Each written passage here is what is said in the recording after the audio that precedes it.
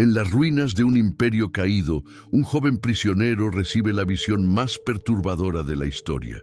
Ve 4 bestias monstruosas devorando naciones, un cuerno pequeño con ojos humanos blasfemando contra el Altísimo, y un libro sellado que nadie puede abrir hasta el tiempo del fin. Esa visión lo dejó enfermo durante días. ¿Quién era este hombre? ¿Por qué Dios le reveló secretos que incluso los ángeles temían explicar? Su nombre resuena a través de los siglos: Daniel, el vidente de Babilonia.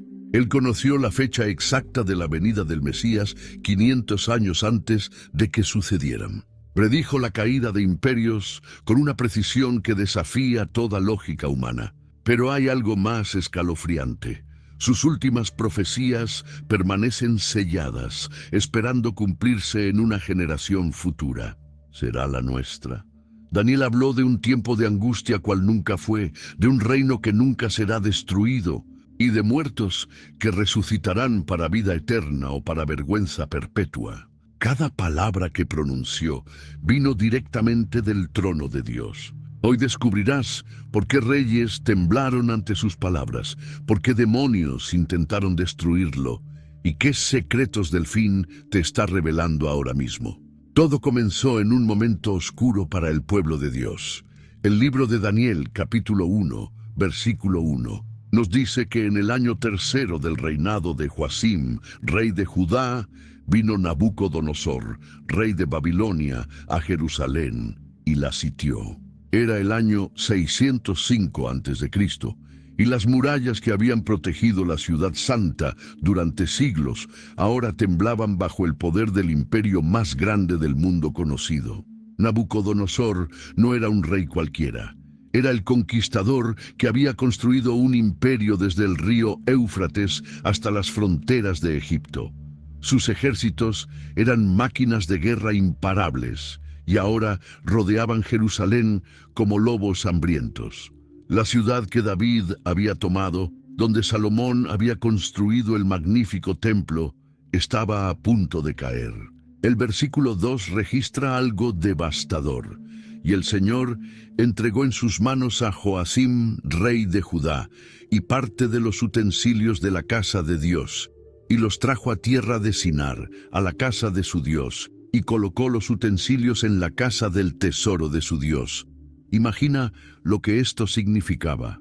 Los vasos sagrados, las copas de oro, los instrumentos que habían sido dedicados al Dios Altísimo, ahora eran trofeos de guerra en un templo pagano.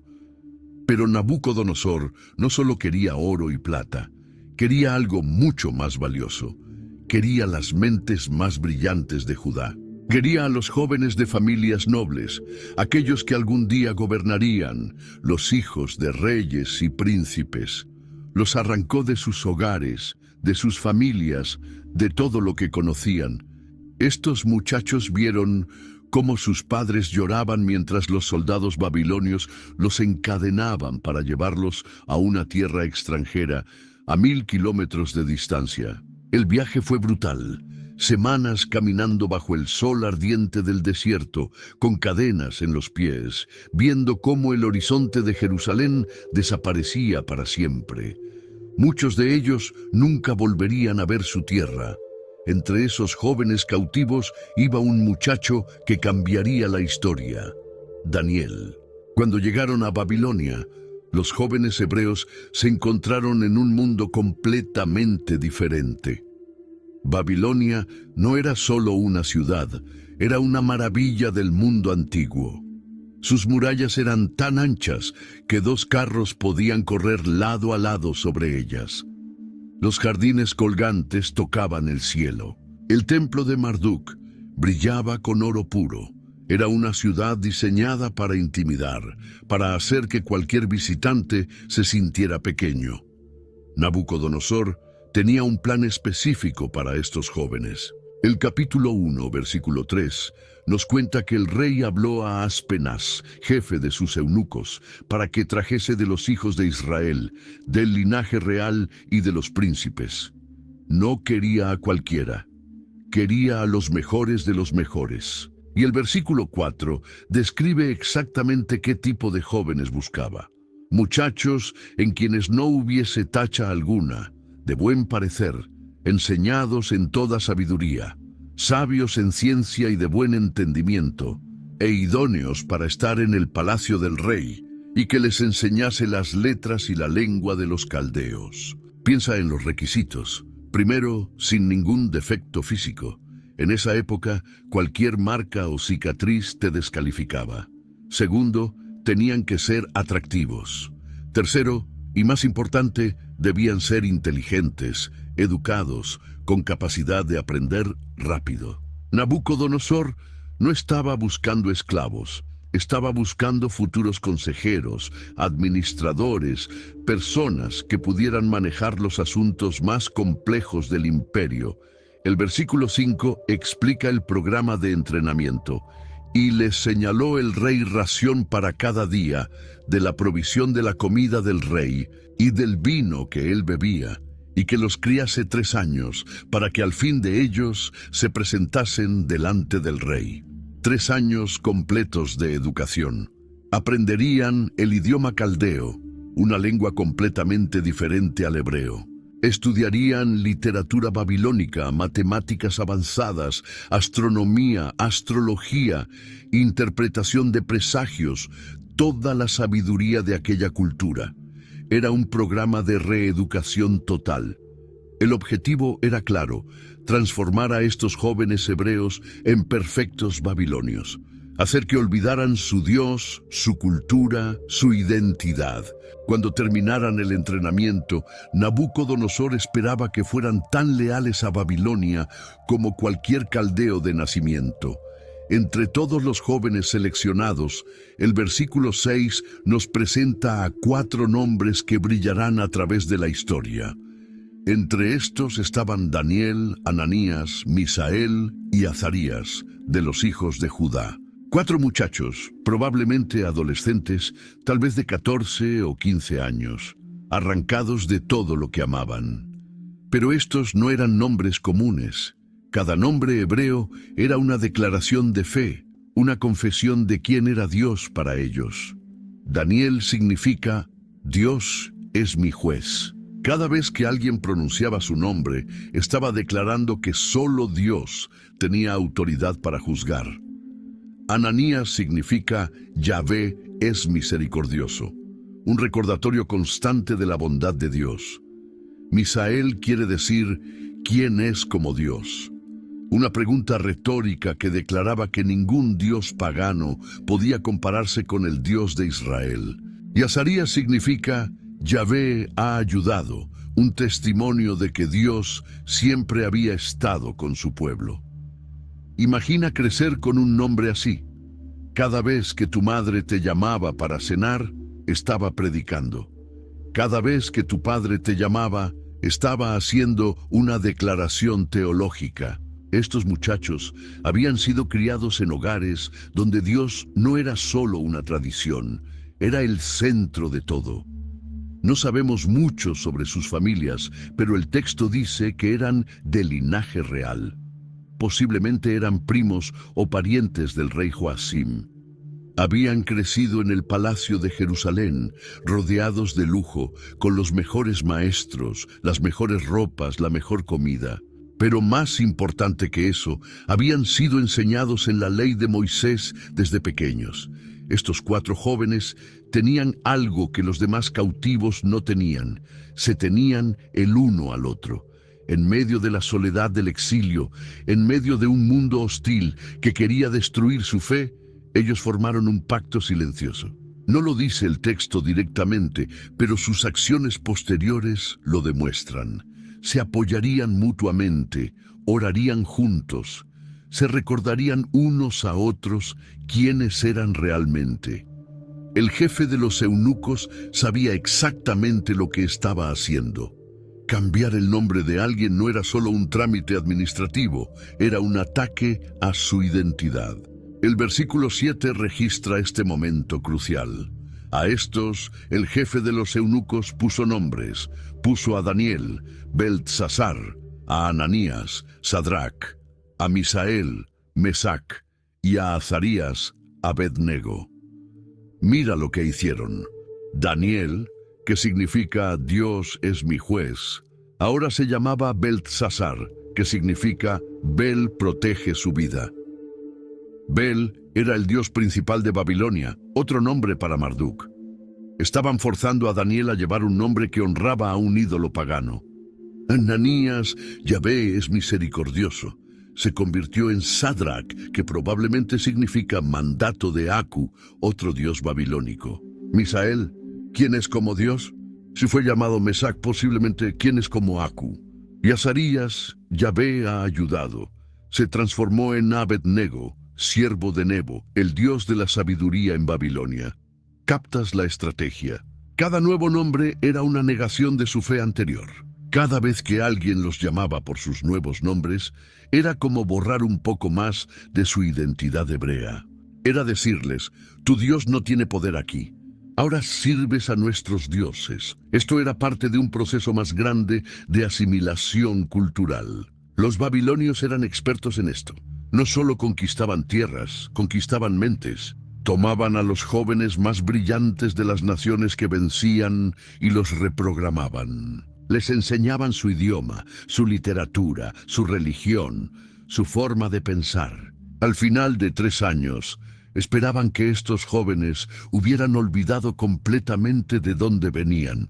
Pero había un problema con este plan. No contaban con la determinación de estos 4 muchachos. Podían cambiar sus nombres en los registros oficiales. Podían obligarlos a estudiar literatura pagana, podían vestirlos con ropas babilónicas, pero no podían cambiar lo que llevaban en el corazón. Aquí es donde la historia se pone interesante. Los jóvenes hebreos recibían comida de la mesa del rey, lo mejor de lo mejor. Cualquier otro cautivo habría saltado de alegría ante esta oportunidad.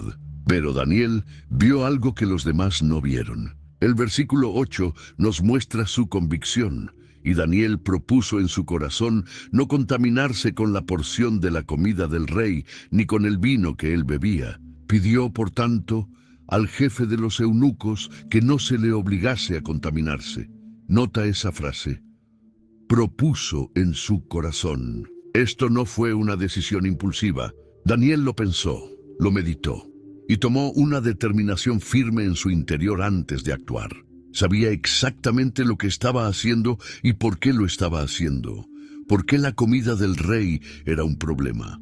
Por varias razones. Primero, la ley de Moisés prohibía ciertos alimentos. Los hebreos no podían comer cerdo, mariscos, ni ningún animal que no cumpliera con requisitos específicos. La cocina babilónica probablemente incluía todo tipo de carnes prohibidas. Segundo, y quizás más importante, esa comida había sido ofrecida a los ídolos antes de ser servida. Era costumbre en Babilonia dedicar la comida del rey a sus dioses. Comer de esa comida era, en cierto sentido, participar en la adoración pagana. Pero hay algo más profundo aquí. Esta era la primera línea de batalla. Nabucodonosor les había cambiado los nombres, los había sacado de su tierra, los estaba educando en una cultura pagana. Pero Daniel trazó una línea en la arena. Podían llamarlo Beltsasar, todo lo que quisieran, pero no podían controlar lo que entraba en su boca. Era una decisión peligrosa. Rechazar la comida del rey podía interpretarse como un insulto personal a Nabucodonosor. En algunas cortes antiguas, eso era suficiente para ser ejecutado. Daniel lo sabía, pero aún así decidió obedecer a Dios antes que a los hombres, y no estaba solo. Sus 3 amigos se unieron a él en esta decisión. 4 adolescentes contra el imperio más poderoso del mundo. 4 muchachos dispuestos a morir antes que traicionar su fe. Daniel no era un rebelde imprudente, era sabio, estratégico. El versículo 8 termina diciendo que pidió, por tanto, al jefe de los eunucos que no se le obligase a contaminarse. No exigió, no gritó, no hizo un escándalo. Pidió con respeto, y algo extraordinario sucedió. El versículo 9 dice, y puso Dios a Daniel en gracia y en buena voluntad con el jefe de los eunucos. Esto no fue casualidad ni suerte. Fue intervención divina directa. Dios tocó el corazón de Aspenaz para que mirara a Daniel con favor. Pero incluso con ese favor, el jefe de los eunucos tenía miedo. El versículo 10 registra su preocupación. Y dijo el jefe de los eunucos a Daniel: temo a mi señor el rey, que señaló vuestra comida y vuestra bebida. Pues luego que él vea vuestros rostros más pálidos que los de los muchachos que son semejantes a vosotros, condenaréis para con el rey mi cabeza. Era un temor legítimo. Si estos jóvenes hebreos se veían desnutridos o enfermos en comparación con los demás, Nabucodonosor preguntaría, ¿por qué? Y cuando descubriera que su jefe de eunucos había permitido que cambiaran la dieta, su cabeza rodaría literalmente. En los imperios antiguos, los fracasos administrativos se pagaban con la vida. Entonces Daniel, con la sabiduría que lo caracterizaba, propuso un experimento. Los versículos 11 al 13 cuentan: entonces dijo Daniel a Melsar, que estaba puesto por el jefe de los eunucos sobre Daniel, Ananías, Misael y Azarías: te ruego que hagas la prueba con tus siervos por 10 días, y nos den legumbres a comer y agua a beber. Compara luego nuestros rostros con los rostros de los otros muchachos que comen de la porción de la comida del rey, y haz después con tus siervos según veas. Era brillante. Daniel no pedía un cambio permanente inmediato. Pedía una prueba de 10 días. Si al final de ese tiempo se veían peor, volverían a la dieta del rey sin quejas. Si se veían igual o mejor, podrían continuar con su dieta simple, legumbres y agua. Eso era todo lo que pedían. Nada de carne, nada de vino, nada de los manjares elaborados de la mesa real. Solo vegetales y agua. Para cualquier observador externo, esto parecía una locura. ¿Cómo podrían estos muchachos competir con los demás jóvenes que comían como príncipes? Pero Daniel conocía algo que los babilonios no conocían. Conocía el poder de Dios para proveer. Melsar aceptó la propuesta. ¿Qué tenía que perder? Solo 10 días. El versículo 14 dice: consintió pues con ellos en esto, y probó con ellos 10 días. Imagina esos 10 días desde la perspectiva de Daniel y sus amigos. Cada mañana, mientras los demás jóvenes disfrutaban de pan fresco, carne asada, frutas exóticas y vino, ellos comían verduras simples y bebían agua. Los otros muchachos probablemente se burlaban. Miren a los hebreos, comiendo como campesinos, mientras nosotros comemos como reyes. Seguro hubo risas, comentarios despectivos, miradas de superioridad. Pero Daniel y sus amigos mantenían la cabeza en alto. No estaban haciendo esto para impresionar a nadie. Lo hacían para obedecer a Dios. Y entonces llegó el día 10, el momento de la verdad. Melsar vino a examinarlos, a compararlos con los demás. Y lo que vio lo dejó sin palabras. El versículo 15 registra el resultado. Y al cabo de los 10 días, pareció el rostro de ellos mejor y más robusto que el de todos los muchachos que comían de la porción de la comida del rey. Mejor, más robustos. No igual, no apenas pasando la prueba. Superiores. Su piel brillaba con salud. Sus ojos estaban claros. Tenían más energía que los muchachos que comían carne y bebían vino. Desde un punto de vista puramente natural, esto no tenía sentido. Una dieta de solo vegetales y agua debería haberlos dejado débiles y pálidos. Pero este no era un resultado natural. Era un milagro. Dios estaba demostrando algo fundamental. Cuando obedeces sus mandamientos, incluso cuando parece que te pone en desventaja, Él se encarga de que prosperes. La bendición de Dios vale más que todos los manjares del mundo. El versículo 16 cuenta lo que sucedió después. Así, pues Melsar se llevaba la porción de la comida de ellos y el vino que habían de beber, y les daba legumbres. El experimento se convirtió en permanente. Durante los 3 años completos de su entrenamiento, Daniel y sus amigos comieron solo vegetales y agua, mientras Dios los mantenía más saludables que todos los demás. Pero la bendición de Dios no se limitó a su salud física. Algo mucho más extraordinario estaba sucediendo en sus mentes. El versículo 17 revela el verdadero milagro. A estos 4 muchachos, Dios les dio conocimiento e inteligencia en todas las letras y ciencias. Y Daniel tuvo entendimiento en toda visión y sueños. Lee eso otra vez. Dios les dio conocimiento. No lo ganaron solo estudiando duro. No fue solo resultado de su esfuerzo. Fue un don sobrenatural. Mientras estudiaban la literatura caldea, los textos astronómicos, las matemáticas babilónicas, Dios abría sus mentes de manera especial. Y nota algo importante: aprendieron todas las letras y ciencias, todo, no solo algunas materias. Eran excelentes en cada área de estudio. Matemáticas, historia, literatura, astronomía, derecho, administración, todo lo que los caldeos podían enseñar, estos 4 hebreos lo dominaban. Pero Daniel recibió algo extra, un don adicional, entendimiento en toda visión y sueños. Esto lo hacía único incluso entre sus amigos. Dios lo estaba preparando para algo especial. Este don se volvería crucial más adelante, cuando reyes poderosos tuvieran sueños que nadie más podría interpretar.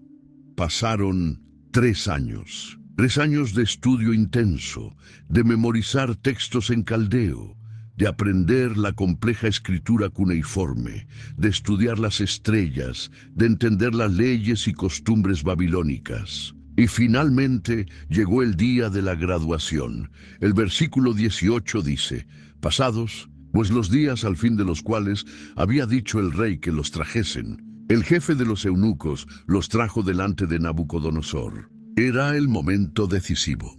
Todos los jóvenes que habían entrenado durante 3 años serían examinados personalmente por el rey. Nabucodonosor hablaría con cada uno, haría preguntas, pondría a prueba su conocimiento. El versículo 19 registra lo que sucedió, y el rey habló con ellos, y no fueron hallados entre todos ellos otros como Daniel, Ananías, Misael y Azarías. Así pues, estuvieron delante del rey. De todos los jóvenes, de todas las naciones conquistadas, de todos los que habían recibido el mismo entrenamiento élite, estos 4 hebreos sobresalieron. Pero espera, porque lo mejor viene ahora. El versículo 20 revela algo asombroso. En todo asunto de sabiduría e inteligencia que el rey les consultó, los halló 10 veces mejores que todos los magos y astrólogos que había en todo su reino. 10 veces mejores. No un poco mejores, no ligeramente superiores. 10 veces. Los magos y astrólogos de Babilonia eran considerados los más sabios del mundo antiguo. Habían estudiado toda su vida. Algunos tenían décadas de experiencia. Y estos 4 muchachos hebreos, apenas saliendo de su adolescencia, los superaban por un margen de 10-1. El versículo 21 cierra este capítulo con una nota profética: y continuó Daniel hasta el año 1 del rey Ciro. Esto significa que Daniel sirvió en el palacio durante todo el imperio babilónico y continuó incluso cuando los persas conquistaron Babilonia. Sobrevivió a Nabucodonosor, a sus sucesores, vio la caída de Babilonia y el ascenso de Persia. Su carrera en el servicio real duró más de 60 años. El capítulo 2 del libro de Daniel comienza con una escena inquietante. El versículo 1 dice: en el 2º año del reinado de Nabucodonosor, tuvo Nabucodonosor sueños y se perturbó su espíritu y se le fue el sueño. Aquí estamos hablando del hombre más poderoso del mundo conocido. El emperador que había conquistado naciones, que tenía ejércitos a su disposición, que vivía en un palacio más grande que una ciudad. Y este hombre no podía dormir. No era un simple insomnio. Su espíritu estaba perturbado. Había tenido un sueño, o tal vez varios sueños, que lo habían sacudido hasta lo más profundo de su ser. Cuando despertó, sabía que había visto algo importante, algo aterrador, pero no podía recordar exactamente qué era. Era como tener una palabra en la punta de la lengua, pero multiplicado 1000 veces en intensidad. Nabucodonosor no era supersticioso por capricho. En el mundo antiguo, especialmente en Babilonia.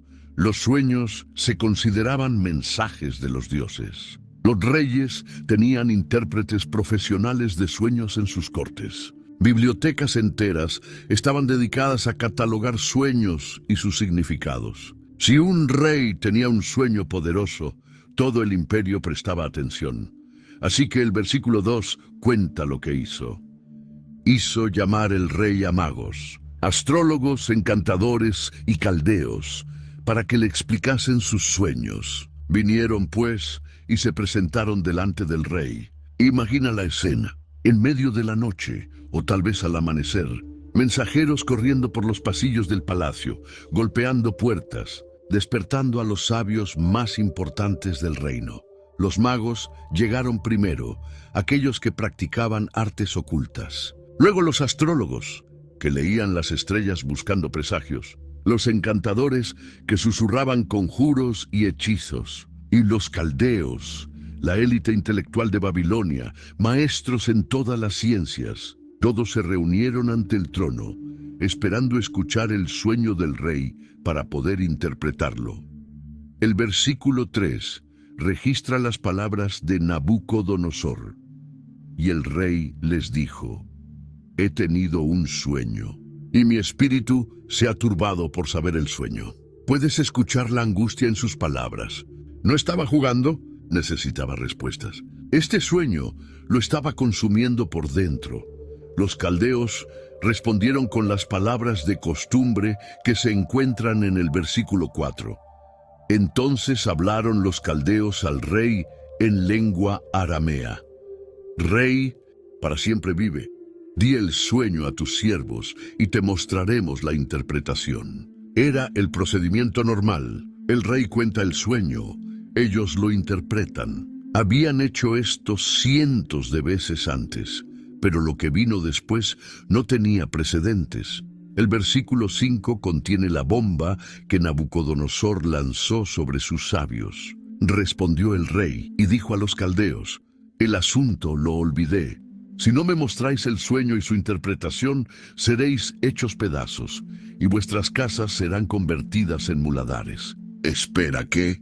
No solo quería la interpretación, quería que le dijeran el sueño mismo. Hay debate sobre si realmente olvidó el sueño o si estaba poniendo a prueba a sus sabios. Algunas traducciones dicen: el asunto es firme de mi parte, sugiriendo que su decisión era inamovible. De cualquier manera, el resultado era el mismo. Tenían que decirle tanto el sueño como su significado, o morirían. Y no sería una muerte rápida y misericordiosa. Hechos pedazos significa desmembrados, cortados en trozos. Y sus casas convertidas en basureros, en montones de estiércol. Era una humillación total, no solo para ellos, sino para sus familias, pero había una recompensa si tenían éxito. El versículo 6 continúa: y si me mostraréis el sueño y su interpretación, recibiréis de mí dones y favores y gran honra. Decidme, pues, el sueño y su interpretación. Nabucodonosor sabía cómo motivar: el palo y la zanahoria, muerte horrible o riqueza increíble. No había término medio. Los caldeos, probablemente sudando frío, intentaron razonar con él. El versículo 7 dice: respondieron por segunda vez y dijeron: diga el rey el sueño a sus siervos y le mostraremos la interpretación. Estaban tratando de mantener la calma, de convencer al rey de que fuera razonable, pero Nabucodonosor no estaba de humor para ser razonable. El versículo 8 muestra su frustración. El rey respondió y dijo: yo conozco ciertamente que vosotros ponéis dilaciones, porque veis que el asunto se me ha ido. Los acusó de estar ganando tiempo, de tratar de engañarlo. Y luego, en el versículo 9 dejó todo claro: si no me mostráis el sueño, una sola sentencia hay para vosotros. Ciertamente preparáis respuesta mentirosa y perversa que decir delante de mí, entre tanto que pasa el tiempo. Decidme pues el sueño, para que yo sepa que me podéis dar su interpretación. Su lógica era simple. Si realmente podían interpretar sueños, si realmente tenían conexión con los dioses como afirmaban, entonces deberían poder revelar el sueño también. Los caldeos estaban atrapados. El versículo 10 registra su desesperada respuesta. Los caldeos respondieron delante del rey y dijeron: no hay hombre sobre la tierra que pueda declarar el asunto del rey. Además de esto, ningún rey, príncipe ni señor preguntó cosa semejante a ningún mago, ni astrólogo, ni caldeo. Estaban diciendo la verdad. Ningún rey en la historia había hecho una demanda tan imposible. Y en el versículo 11 admitieron su impotencia, porque el asunto que el rey demanda es difícil, y no hay quien lo pueda declarar al rey, salvo los dioses cuya morada no es con la carne. Estaban diciendo: solo los dioses mismos podrían hacer esto, y los dioses no viven entre los hombres. Sin saberlo, estaban preparando el escenario para que el Dios verdadero demostrara su poder. La reacción de Nabucodonosor fue explosiva. Los versículos 12 y 13 cuentan: por esto el rey, con ira y con gran enojo, mandó que matasen a todos los sabios de Babilonia. Y se publicó el edicto de que los sabios fueran llevados a la muerte. Y buscaron a Daniel y a sus compañeros para matarlos, todos los sabios. No solo los que estaban presentes, todos. Y eso incluía a Daniel y sus 3 amigos. Ellos ni siquiera habían estado en la reunión con el rey, pero ahora tenían una sentencia de muerte sobre sus cabezas. Los soldados llegaron a buscar a Daniel. El versículo 14 describe el encuentro. Entonces Daniel habló sabia y prudentemente a Arioc, capitán de la guardia del rey, que había salido para matar a los sabios de Babilonia. Arioc era el ejecutor, el hombre encargado de llevar a cabo la masacre. Probablemente llegó con una escolta armada, listo para arrestar a Daniel, pero nota cómo respondió Daniel con sabiduría y prudencia. No entró en pánico, no se puso a gritar o a correr, mantuvo la calma. El versículo 15 continúa. Habló y dijo a Arioc, capitán del rey: ¿cuál es la causa de que este edicto se publique de parte del rey tan apresuradamente? Entonces Arioc quiso saber a Daniel lo que había. Daniel ni siquiera sabía por qué lo iban a matar. Nadie les había informado. Simplemente habían enviado a los soldados a ejecutar a todos los sabios. Pero Daniel, con su característica diplomacia, hizo la pregunta correcta a la persona correcta. Y Arioc le explicó toda la situación: el sueño, la demanda imposible, la ira del rey, la sentencia de muerte. Ahora Daniel entendía, y en lugar de desesperarse hizo algo audaz. El versículo 16 dice: y Daniel entró y pidió al rey que le diese tiempo, y que él mostraría la interpretación al rey. Piensa en el coraje que esto requería. Nabucodonosor acababa de amenazar con descuartizar a todos sus sabios. Estaba en un estado de furia, y Daniel, un joven cautivo hebreo, entró directamente a pedirle tiempo. ¿Por qué Nabucodonosor aceptó? El texto no lo dice, pero podemos inferir. Primero, Daniel era conocido por ser excepcional. El rey lo había examinado personalmente y lo había encontrado 10 veces mejor que los demás. Segundo, Daniel no hizo excusas. No dijo: es imposible. Dijo: dame tiempo y te lo mostraré. Había confianza en sus palabras, pero Daniel sabía algo que los caldeos no sabían. Sabía que el Dios que había cerrado las bocas de los leones, que había partido el mar rojo, que había creado el universo, podía revelar un sueño. No iba a confiar en su propia inteligencia, iba a confiar en Dios.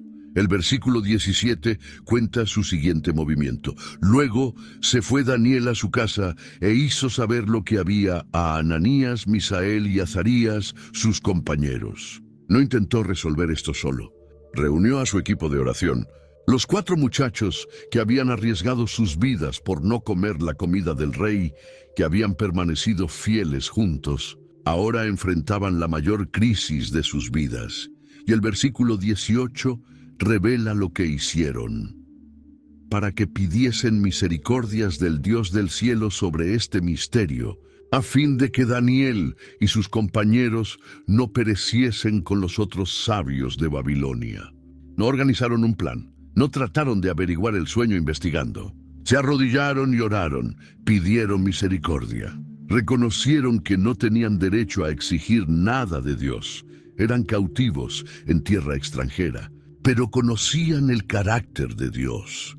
Sabían que Él escucha las oraciones de los que confían en Él. Imagina esa escena. 4 jóvenes hebreos en una habitación en Babilonia, sabiendo que al amanecer podrían ser ejecutados, clamando al Dios del cielo. Esa noche, mientras Daniel dormía, Dios respondió su oración. El versículo 19 registra el momento. Entonces el secreto fue revelado a Daniel en visión de noche. No fue un sueño común, fue una visión divina. Dios le mostró exactamente el mismo sueño que Nabucodonosor había tenido. Piensa en lo que esto significa. El rey más poderoso de la tierra tuvo un sueño que venía de Dios, y ahora ese mismo Dios estaba mostrándole ese sueño a un joven cautivo hebreo. Nabucodonosor creía que los dioses no habitaban con los hombres. Estaba a punto de descubrir que estaba equivocado. Cuando Daniel despertó de la visión, supo exactamente qué hacer. El versículo 19 continúa: por lo cual bendijo Daniel al Dios del cielo. Antes de correr al palacio, antes de salvar su vida, antes de buscar recompensa, adoró. Su primera reacción fue alabanza. ¿Y qué alabanza? Los versículos 20 al 23 contienen uno de los himnos más hermosos de la Biblia.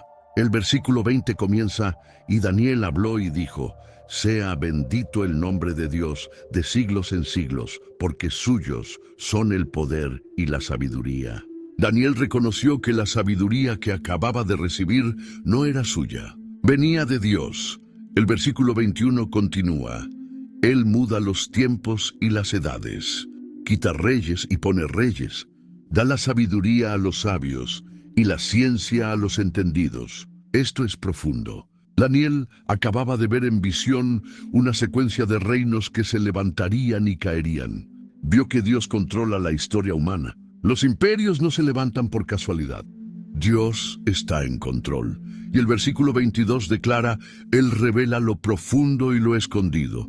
Conoce lo que está en tinieblas, y con Él mora la luz. Los caldeos dijeron que los dioses no habitan con los hombres. Daniel proclamó que su Dios conoce todas las cosas, incluso lo que está oculto en la oscuridad.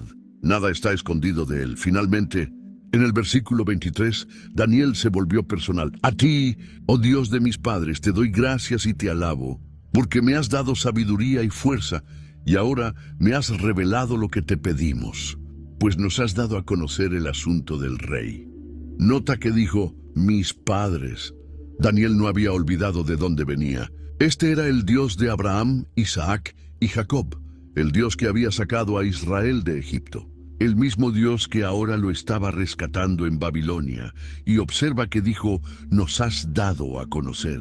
No tomó el crédito solo para él. Reconoció que sus 3 amigos habían orado con él. Era una victoria compartida. Con la revelación en su corazón, Daniel fue directamente al hombre encargado de las ejecuciones. El versículo 24 dice: después de esto fue Daniel a Arioc, al cual el rey había puesto para matar a los sabios de Babilonia, y le dijo así: no mates a los sabios de Babilonia. Llévame a la presencia del rey, y yo le mostraré la interpretación.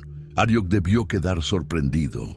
Este joven hebreo, que apenas ayer pedía tiempo, ahora regresaba con confianza total. El versículo 25 cuenta: entonces Arioc llevó prontamente a Daniel ante el rey, y le dijo así: he hallado un varón de los deportados de Judá, el cual dará al rey la interpretación. Nota que Arioc se atribuyó el crédito de hallar a Daniel, aunque fue Daniel quien vino a él. Pero Daniel no se molestó por esto. No estaba buscando gloria para sí mismo.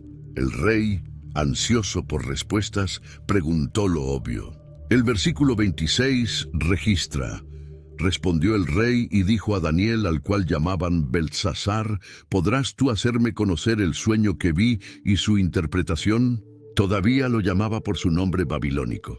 Para Nabucodonosor, este era Beltsasar, un sabio más de su corte, pero la respuesta de Daniel fue extraordinaria. Los versículos 27 y 28 contienen su declaración. Daniel respondió delante del rey diciendo: el misterio que el rey demanda, ni sabios, ni astrólogos, ni magos, ni adivinos lo pueden revelar al rey. Pero hay un Dios en los cielos, el cual revela los misterios, y él ha hecho saber al rey Nabucodonosor lo que ha de acontecer en los postreros días. He aquí tu sueño y las visiones que has tenido en tu cama. Esto es brillante. Daniel comenzó confirmando lo que los caldeos habían dicho. Ningún hombre puede hacer esto. Pero luego hizo la distinción crucial. Hay un Dios en los cielos que sí puede. No los dioses como los paganos creían. Un Dios singular, el Dios verdadero. Y Daniel dejó claro que este Dios no estaba distante. Estaba activamente revelando misterios, comunicándose con los hombres. Este era el mismo Dios que los caldeos dijeron que no habitaba con los hombres. El versículo 29 continúa: estando tú, oh rey, en tu cama, te vinieron pensamientos por saber lo que había de ser en lo porvenir. Y el que revela los misterios te mostró lo que ha de ser. Daniel le estaba diciendo a Nabucodonosor que el sueño no era una casualidad, era una respuesta a sus propios pensamientos. El rey se había estado preguntando sobre el futuro de su imperio, y Dios decidió mostrarle exactamente eso. Y luego, en el versículo 30, Daniel hizo algo que ningún mago o astrólogo babilónico habría hecho. Se humilló completamente. Y a mí me ha sido revelado este misterio, no porque en mí haya más sabiduría que en todos los vivientes, sino para que se dé a conocer al rey la interpretación, y para que entiendas los pensamientos de tu corazón. Lee eso otra vez. Daniel acababa de hacer algo imposible. Estaba a punto de revelar el sueño que nadie más podía descubrir. Podría haberse jactado. Podría haber exigido recompensas primero, podría haber usado esto para ganar poder. Pero en cambio dijo: no es porque yo sea especial, es para que tú conozcas a Dios. Nabucodonosor estaba acostumbrado a magos y astrólogos que se atribuían poderes especiales, que guardaban secretos, que usaban su conocimiento para manipular. Daniel era completamente diferente. Era un canal, no la fuente. Y eso hacía su mensaje infinitamente más poderoso. Entonces Daniel comenzó a hablar. El versículo 31 describe la visión. Tú, oh rey, veías, y he aquí una gran imagen. Esta imagen, que era muy grande y cuya gloria era muy sublime, estaba en pie delante de ti, y su aspecto era terrible. Puedes imaginar a Nabucodonosor inclinándose hacia adelante. Sí, eso era exactamente lo que había visto. Una imagen enorme, brillante, aterradora. El versículo 32 detalla la estatua. La cabeza de esta imagen era de oro fino, su pecho y sus brazos de plata, su vientre y sus muslos de bronce. 3 metales, cada uno menos valioso que el anterior. Oro, el metal más precioso. Plata, valioso pero menor. Bronce, fuerte pero común. El versículo 33 continúa: sus piernas de hierro, sus pies en parte de hierro y en parte de barro cocido. Ahora la imagen se volvía más extraña. Hierro en las piernas, fuerte y duro, pero los pies eran una mezcla de hierro y barro. Cualquiera que haya trabajado con arcilla sabe que el barro cocido es frágil, y mezclar hierro con barro no tiene sentido estructuralmente. Los dos no se adhieren bien. Era una imagen impresionante pero inestable. Magnífica en la parte superior, débil en la base. Mientras Daniel describía esto, Nabucodonosor probablemente estaba asintiendo. Cada detalle coincidía perfectamente con lo que había visto en su sueño, pero la estatua solo era el comienzo. Lo que venía después era aún más perturbador. Daniel continuó con el versículo 34.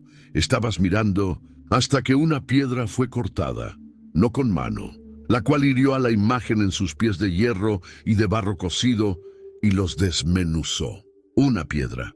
No un ejército, no un terremoto, no un rayo del cielo. Una simple piedra. Pero esta piedra tenía algo especial, fue cortada sin manos humanas, y esa piedra golpeó la parte más débil de la estatua, los pies de hierro y barro. El versículo 35 describe lo que sucedió después. Entonces fueron desmenuzados también el hierro, el barro cocido, el bronce, la plata y el oro, y fueron como tamo de las eras del verano, y se los llevó el viento, sin que de ellos quedara rastro alguno. Todo se desintegró. No solo los pies, toda la estatua. El oro, la plata, el bronce, el hierro, el barro, todo convertido en polvo tan fino que el viento lo llevó, como si nunca hubiera existido. Como el tamo, esa cascarilla inútil que se separa del grano y simplemente desaparece. Pero la piedra no desapareció. El versículo 35 termina con algo asombroso. Mas la piedra que hirió a la imagen fue hecha un gran monte que llenó toda la tierra. La piedra creció, se expandió, se convirtió en una montaña tan grande que llenó todo el planeta. Nabucodonosor escuchaba fascinado. Esto era exactamente su sueño. ¿Pero qué significaba? Daniel estaba a punto de explicar algo que cambiaría la forma en que Nabucodonosor veía su propio imperio. El versículo 36 hace la transición. Este es el sueño. También la interpretación de él diremos en presencia del rey. Daniel había cumplido la primera parte imposible de la demanda. Había revelado el sueño exacto. Ahora venía la segunda parte, la interpretación. El versículo 37 comienza con una afirmación audaz. Tú, oh rey, eres rey de reyes, porque el Dios del cielo te ha dado reino, poder, fuerza y majestad. Daniel estaba reconociendo la posición de Nabucodonosor, pero también dejando claro de dónde venía su poder. No era por su propia grandeza, era porque el Dios del cielo se lo había dado. El versículo 38 continúa. Y donde quiera que habitan hijos de hombres, bestias del campo y aves del cielo, Él los ha entregado en tu mano y te ha dado el dominio sobre todo. Tú eres aquella cabeza de oro. Ahí estaba. Nabucodonosor era la cabeza de oro. Su imperio babilónico era el primer reino, el más glorioso. Debe haber sido satisfactorio escuchar eso. Su imperio comparado con oro puro, pero lo que venía después era menos halagador. El versículo 39 revela el futuro. Y después de ti se levantará otro reino inferior al tuyo.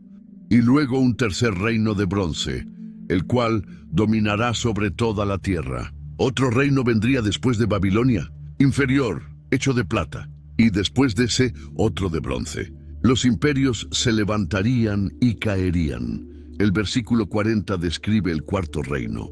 Y el cuarto reino será fuerte como hierro, y como el hierro desmenuza y rompe todas las cosas, desmenuzará y quebrantará todo. Este sería el más fuerte militarmente, brutal, imparable, como el hierro que puede aplastar todo, pero el versículo 41 revela su debilidad, y lo que viste de los pies y los dedos, en parte de barro cocido de alfarero y en parte de hierro, será un reino dividido. Mas habrá en él algo de la fuerza del hierro, así como viste hierro mezclado con barro cocido. Sería poderoso pero dividido. Los diferentes elementos no se unirían correctamente. El versículo 42 elabora, y por ser los dedos de los pies en parte de hierro y en parte de barro cocido, el reino será en parte fuerte y en parte frágil. Una mezcla extraña de fuerza y debilidad. El versículo 43 añade más detalles. Así como viste el hierro mezclado con barro, se mezclarán por medio de alianzas humanas. Pero no se unirán el uno con el otro, como el hierro no se mezcla con el barro. Habría intentos de unificación, matrimonios entre familias reales, tratados, alianzas, pero nunca funcionarían completamente. La división persistiría. Y entonces llegó la parte más importante. El versículo 44 proclama, y en los días de estos reyes, el Dios del cielo levantará un reino que no será jamás destruido, ni será el reino dejado a otro pueblo. Desmenuzará y consumirá a todos estos reinos, pero él permanecerá para siempre. Ese era el significado de la piedra cortada sin manos. un reino que Dios mismo establecería, no construido por ejércitos humanos, no levantado por conquista, sino puesto en su lugar por el Dios del cielo. Y este reino destruiría todos los reinos humanos y permanecería eternamente. El versículo 45 concluye la interpretación. De la manera que viste que del monte fue cortada una piedra, no con mano, la cual desmenuzó el hierro, el bronce, el barro, la plata y el oro, el gran Dios ha mostrado al rey lo que ha de acontecer en lo porvenir, y el sueño es verdadero y fiel su interpretación. Daniel selló la profecía con autoridad. Esto no era especulación. Era revelación directa del Dios grande y se cumpliría exactamente como fue mostrado. La reacción de Nabucodonosor fue completamente inesperada. El versículo 46 registra algo asombroso. Entonces el rey Nabucodonosor se postró sobre su rostro y se humilló ante Daniel y mandó que le ofreciesen presentes e incienso. El emperador más poderoso del mundo se tiró al suelo delante de un joven cautivo hebreo. No era que estuviera adorando a Daniel como un dios. En la cultura antigua, postrarse ante alguien era reconocer que llevaba autoridad divina, que era un mensajero de los dioses. Nabucodonosor estaba reconociendo que algo sobrenatural había sucedido. Y el versículo 47 contiene su confesión. El rey habló a Daniel y dijo: ciertamente el Dios vuestro es Dios de dioses y Señor de los reyes, y el que revela los misterios, pues pudiste revelar este misterio. Nota que dijo el Dios vuestro, no mi Dios. Todavía no había entregado su vida completamente al Dios de Israel, pero estaba reconociendo que este Dios era superior a todos los demás dioses que conocía. Lo llamó Dios de dioses. En el panteón babilónico había una jerarquía de dioses. Nabucodonosor estaba diciendo que el Dios de Daniel estaba en la cima de esa jerarquía, y lo llamó Señor de los Reyes, reconociendo que incluso los reyes más poderosos estaban bajo su autoridad.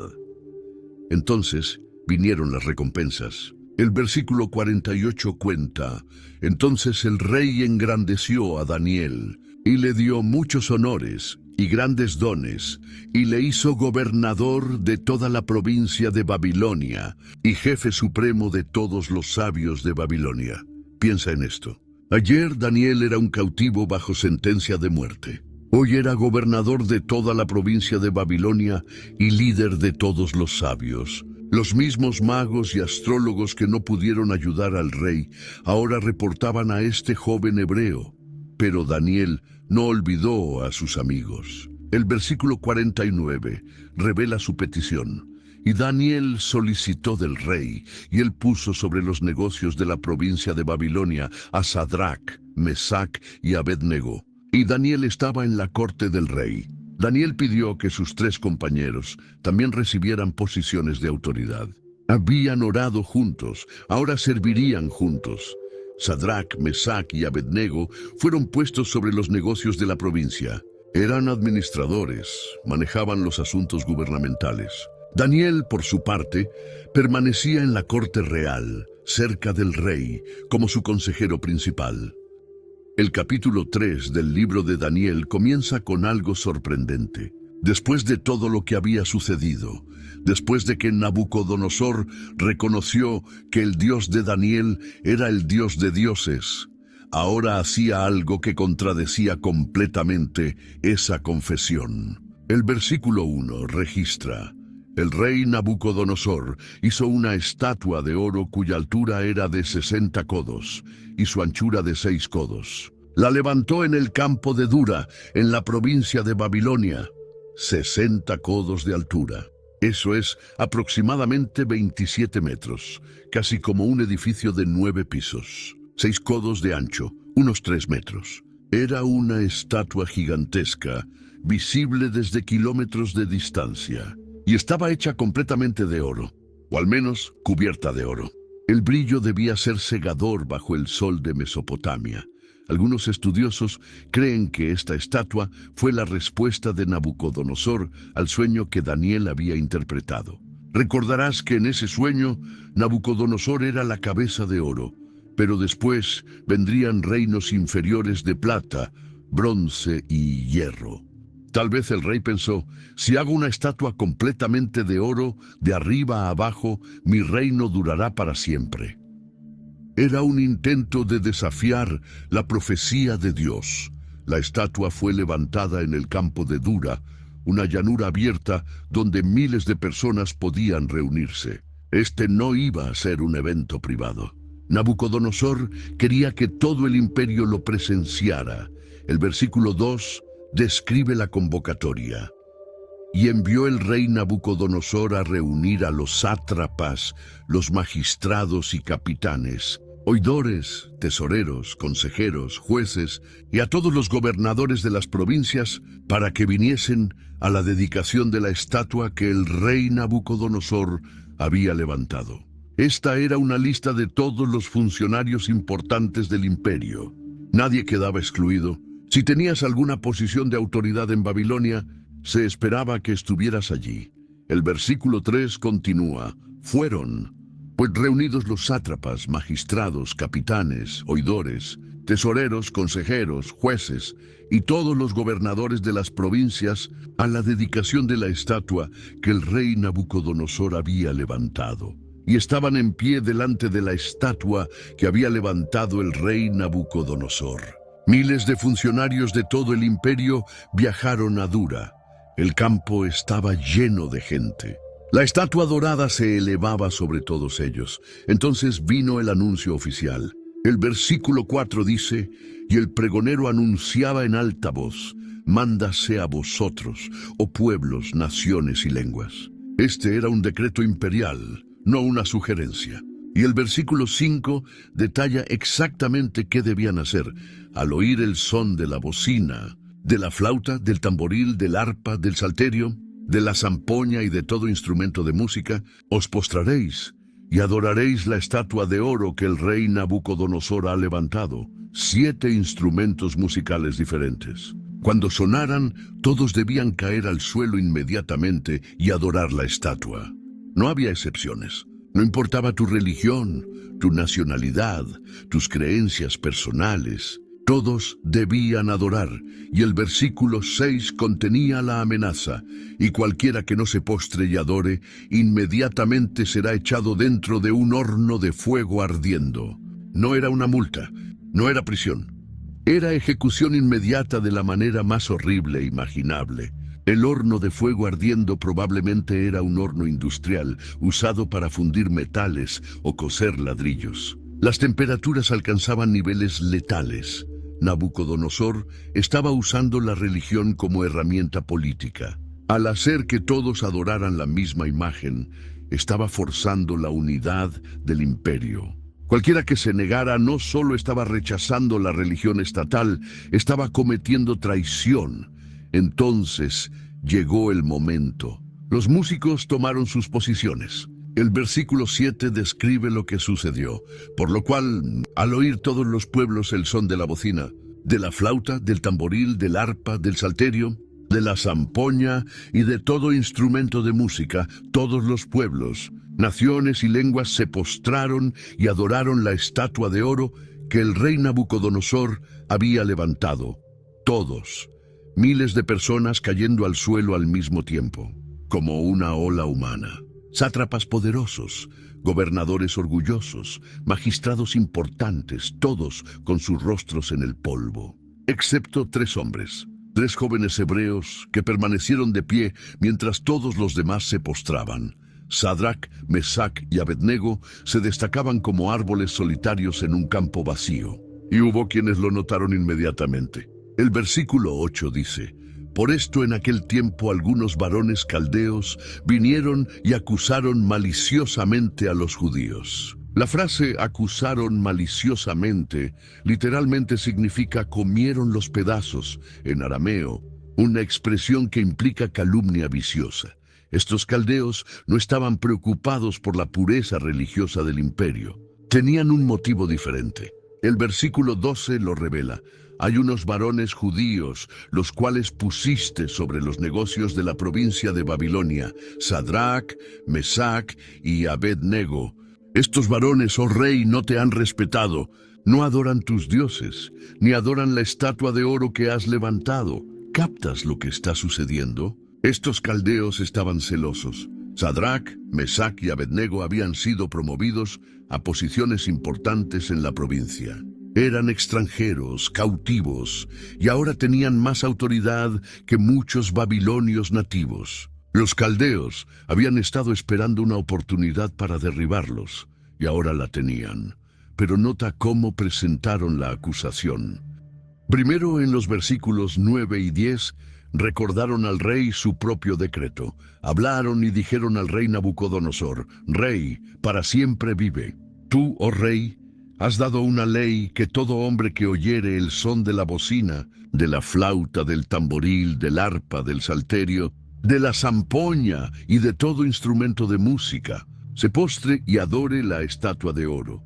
Estaban forzando al rey a recordar sus propias palabras. Y luego, en el versículo 11, repitieron la amenaza: y el que no se postre y adore sea echado dentro de un horno de fuego ardiendo. Estaban atrapando a Nabucodonosor con su propia ley. Luego vinieron las acusaciones específicas en el versículo 12. Estos varones, oh rey, no te han respetado. Era una acusación de deslealtad personal. No solo estaban desobedeciendo un decreto religioso, estaban mostrando desprecio por el rey mismo. No adoran tus dioses, continuaron. Esto pintaba a los hebreos como enemigos de toda la religión babilónica. Ni adoran la estatua de oro que has levantado. Y finalmente, la violación específica del decreto. Era una trampa perfecta. Los caldeos sabían que los hebreos nunca adorarían un ídolo. Habían visto su fidelidad a su Dios durante años. Así que crearon una situación donde los hebreos tenían que elegir entre su fe y sus vidas. Y nota algo importante: no mencionaron a Daniel. ¿Dónde estaba Daniel en todo esto? El texto no lo dice. Algunos piensan que Daniel estaba en otro lugar por asuntos del rey. Otros creen que los acusadores no se atrevían a atacar a Daniel directamente porque estaba demasiado cerca del rey. De cualquier manera, esta vez el enfoque estaba en sus tres amigos. La reacción del rey fue explosiva. El versículo 13 registra: entonces Nabucodonosor dijo con ira y con enojo que trajesen a Sadrach, Mesach y Abed-nego. Al instante fueron traídos estos varones delante del rey. No envió a buscarlos tranquilamente. Estaba furioso. La frase con ira y con enojo usa dos palabras arameas diferentes que enfatizan la intensidad de su furia. ¿Por qué estaba tan enojado? Estos eran hombres que él mismo había promovido. Eran los amigos de Daniel, el hombre que le había salvado la vida a todos los sabios de Babilonia. Y ahora estaban desafiando públicamente su decreto delante de todo el imperio. Pero hay algo más. Nabucodonosor había confesado que el Dios de estos hebreos era el Dios de dioses. Había visto milagros. Había reconocido el poder de su Dios, y ahora estaba exigiéndoles que adoraran un ídolo. Tal vez su ira también contenía una dosis de culpa. El versículo 14 muestra que el rey les dio una oportunidad de explicarse. Habló Nabucodonosor y les dijo: es verdad, Sadrach, Mesach y Abed-nego, que vosotros no honráis a mi Dios, ni adoráis la estatua de oro que he levantado. Les preguntó directamente. Quería escucharlo de sus propias bocas. Tal vez esperaba que negaran las acusaciones, que hubiera algún malentendido, y luego, en el versículo 15, les ofreció algo sorprendente: una segunda oportunidad. Ahora pues, ¿estáis dispuestos para que al oír el son de la bocina, de la flauta, del tamboril, del arpa, del salterio, de la zampoña y de todo instrumento de música, os postréis y adoréis la estatua que he hecho? Esto era extraordinario. El decreto decía inmediatamente: no había segundas oportunidades. Pero Nabucodonosor estaba haciendo una excepción, tal vez porque los apreciaba. Tal vez porque recordaba todo lo que habían hecho. Les estaba dando una salida. Solo tenían que inclinarse una vez y todo estaría olvidado. Pero la última parte del versículo 15 muestra que la amenaza seguía firme. Porque si no la adoraréis, en la misma hora seréis echados en medio de un horno de fuego ardiendo. Y luego vino la declaración más arrogante de Nabucodonosor. ¿Y qué Dios será aquel que os libre de mis manos? Era un desafío directo al Dios de Israel. Nabucodonosor acababa de olvidar todo lo que había aprendido. Había visto al Dios del cielo revelar misterios. Había confesado que era el Dios de dioses. Pero ahora, en su orgullo, estaba diciendo que ningún Dios podía rescatar a alguien de su poder. Era la pregunta equivocada dirigida a las personas equivocadas. Los 3 jóvenes hebreos no pidieron tiempo para pensarlo. No negociaron. No buscaron un término medio. Su respuesta fue inmediata y clara. El versículo 16 registra sus palabras. Sadrac, Mesac y Abednego respondieron al rey Nabucodonosor, diciendo, no es necesario que te respondamos sobre este asunto. Esa frase puede sonar un poco brusca en español, pero lo que estaban diciendo era, no necesitamos defendernos. No hay nada que debatir. Nuestra posición es clara. No iban a dar excusas ni explicaciones elaboradas. Y luego vino una de las declaraciones de fe más poderosas jamás registradas. El versículo 17 dice, «He aquí nuestro Dios a quien servimos puede librarnos del horno de fuego ardiendo, y de tu mano, oh rey, nos librará». Primera parte de su respuesta, nuestro Dios es capaz. No dijeron tal vez pueda o esperamos que pueda. Dijeron con confianza absoluta, Él puede librarnos, pero el versículo 18 contiene algo aún más profundo. Y si no, sepas, oh rey, que no serviremos a tus dioses, ni tampoco adoraremos la estatua que has levantado. Aquí está el corazón de su fe. Incluso si Dios decidía no rescatarlos, incluso si tenían que morir quemados, aún así no adorarían el ídolo. Lee eso otra vez. Y si no, estas 3 palabras separan la fe verdadera de la fe transaccional. Muchas personas sirven a Dios porque esperan bendiciones. Te seguiré si me proteges. Te adoraré si me das lo que quiero. Pero Sadrac, Mesac y Abednego tenían una fe diferente. Servían a Dios porque Él era digno de ser servido, independientemente del resultado. No estaban diciendo que dudaban del poder de Dios. Estaban reconociendo que Dios es soberano y puede elegir librarlos o no. Y su lealtad no dependía de obtener un milagro. Esta es fe madura, fe probada, fe que puede resistir cualquier cosa. Imagina la escena. Miles de funcionarios observando. Nabucodonosor, sentado en su trono, esperando que se arrodillaran. Los caldeos sonriendo, seguros de su victoria. Y estos 3 jóvenes, firmes como rocas, declarando su fidelidad a Dios sin importar las consecuencias. Era una declaración que resonaría a través de los siglos. Cada mártir cristiano, cada persona que ha enfrentado persecución por su fe, ha encontrado inspiración en estas palabras. Y si no, se convirtió en el lema de los que eligen obedecer a Dios antes que a los hombres. Si Nabucodonosor estaba furioso antes, ahora estaba fuera de control. El versículo 19 describe su reacción. Entonces Nabucodonosor se llenó de ira y se demudó el aspecto de su rostro contra Sadrac, Mesac y Abednego. La frase «se demudó el aspecto de su rostro» significa que su cara cambió completamente. Probablemente se puso roja, sus músculos se tensaron, sus ojos se llenaron de rabia. Estos jóvenes lo habían desafiado públicamente. Peor aún, habían desafiado su poder delante de todo el imperio. Si los dejaba ir sin castigo, parecería débil. Todos los demás funcionarios verían que podían desobedecer sus decretos sin consecuencias. Así que el versículo 19 continúa. Y ordenó que el horno se calentase 7 veces más de lo acostumbrado. 7 veces más caliente. Esto no tenía sentido práctico. Si el horno ya era lo suficientemente caliente para matar, ¿para qué hacerlo más caliente? Era pura crueldad, alimentada por el orgullo herido. El versículo 20 describe el siguiente paso.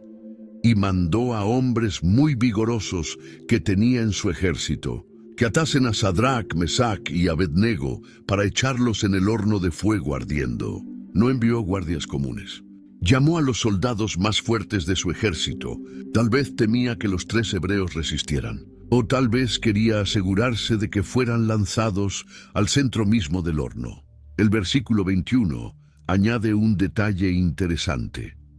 Entonces estos varones fueron atados con sus mantos, sus calzas, sus turbantes y sus vestidos, y fueron echados dentro del horno de fuego ardiendo. Ni siquiera les quitaron la ropa. Normalmente antes de una ejecución despojaban a las víctimas, pero aquí no hubo tiempo ni ceremonia. Los ataron tal como estaban, con todas sus vestimentas oficiales. Sus mantos eran las túnicas exteriores de los funcionarios. Sus calzas, los pantalones, sus turbantes, los símbolos de su posición. Todo fue consumido en las llamas. O al menos, eso es lo que todos esperaban. El versículo 22 registra una tragedia irónica. Y como la orden del rey era apremiante, y lo habían calentado mucho, la llama del fuego mató a aquellos que habían alzado a Sadrach, Mesach y Abednego. Los soldados que ejecutaban la orden murieron. El horno estaba tan caliente que las llamas saltaron y mataron a los hombres que se acercaron para arrojar a los hebreos dentro. Piensa en esto. Los ejecutores murieron, pero los condenados estaban a punto de experimentar algo completamente diferente. El orgullo de Nabucodonosor acababa de costarle la vida a sus mejores soldados. El versículo 23 cierra la escena. Y estos 3 varones, Sadrach, Mesach y Abednego, cayeron atados dentro del horno de fuego ardiendo. Cayeron atados, en medio de llamas que acababan de matar a soldados entrenados solo por estar cerca. Humanamente hablando, no había esperanza. Su historia debería haber terminado aquí, pero estaba a punto de comenzar el capítulo más extraordinario. Nabucodonosor estaba observando la ejecución, tal vez desde una plataforma elevada, tal vez desde una ventana en alguna estructura cercana. Podía ver dentro del horno, y lo que vio lo dejó completamente atónito. El versículo 24 registra su reacción. Entonces el rey Nabucodonosor se espantó y se levantó apresuradamente y dijo a los de su consejo: ¿No echaron a 3 varones atados dentro del fuego? Ellos respondieron al rey: es verdad, oh rey. Algo estaba mal. Se levantó de golpe, asustado, confundido.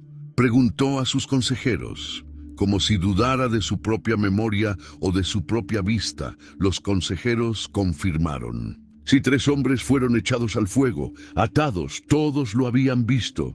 Pero lo que vino después en el versículo 25 no tenía explicación. Y él dijo: He aquí yo veo 4 varones sueltos, que se pasean en medio del fuego sin sufrir ningún daño. Y el aspecto del cuarto es semejante a hijo de los dioses. 4 hombres. No 3, 4, y estaban sueltos, caminando libremente. Las cuerdas que los ataban se habían quemado, pero ellos no. Se paseaban en medio del fuego como si estuvieran caminando por un jardín. No corrían desesperados buscando salida.